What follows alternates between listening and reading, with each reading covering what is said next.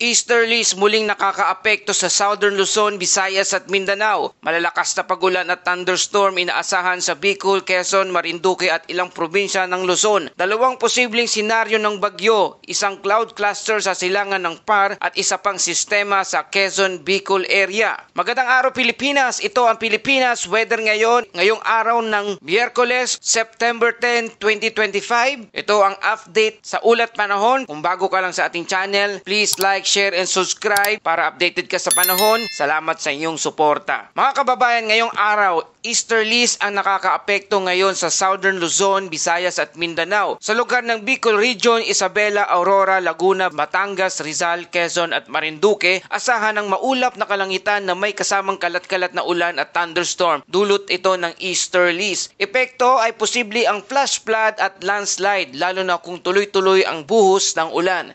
Sa Metro Manila, Visayas, Mindanao, Cavite at natitirang bahagi ng Mimaropa, bahagyang maulap hanggang maulap na kalangitan at may tsansang ng isolated rain shower at thunderstorm. Mag-ingat sa biglaang pagbaha at pagguho ng lupa tuwing malalakas ang thunderstorm. At sa ibang bahagi ng Luzon, maulap hanggang bahagyang maulap na kalangitan na may pulupulong pag-ulan o thunderstorm. Dulot ito ng localized thunderstorm at ang epekto nito ay posibleng pagbaha at landslide dulot ng matinding ulan. At para sa ating wind and coastal condition sa Hilaga at Silangang Luzon, hangin ay mahina hanggang katamtaman galing sa silangan, hilagang silangan na ang dagat ay banayad hanggang katamtaman na may alon na 0.6 hanggang 1.5 metrong taas. At sa natitirang bahagi ng Luzon, mahina hanggang katamtaman galing hilagang silangan at ang dagat ay banayad hanggang katamtaman na may alon na 0.6 hanggang 1.2 metrong taas. At sa Visayas at Mindanao naman, mahina hanggang katamtaman, galing timog, silangan,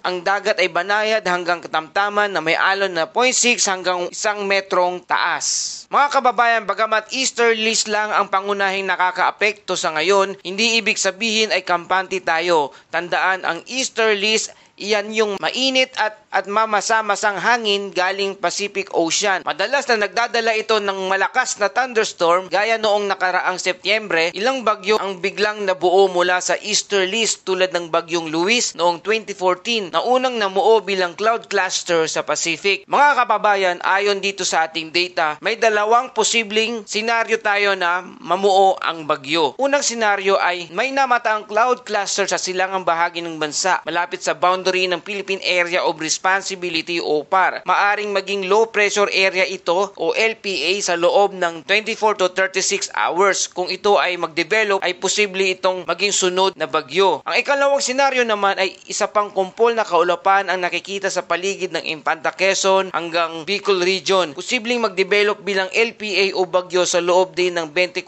hanggang 36 hours. Ito ay binabantayan dahil may posibilidad na itong maging bagyo at tatawaging Mirasol. Kung sakaling ito'y tuluyang maging bagyo, ang bagyong Mirasol ay pangatlo ng bagyo ngayong buwan ng Setyembre. At para sa kabuang taon, ito'y magiging ika-13 bagyo na dumaan sa taong ito. Kung babalikan natin ang kasaysayan, maraming bagyo na unang lumitaw sa Quezon, Bicol Corridor tulad ng Typhoon Rusing noong 1995 na mabilis lumakas matapos mabuo ang bahaging iyon, kaya hindi natin pwedeng maliitin ang cloud cluster na ito. At para sa ating daily inspirational Bible verse mula sa Awit 28 verse 7, "The Lord is my strength and my shield. My heart trusts in Him and He helps me." Paalala, sa kabila ng unos at bagyo, may Diyos na nagtatanggol at nagbibigay ng lakas sa atin. Para sa mga detalyadong impormasyon, bisitahin lamang ang opisyal website ng Pag-asa DOST sa www.pagasa.dost.gov.ph.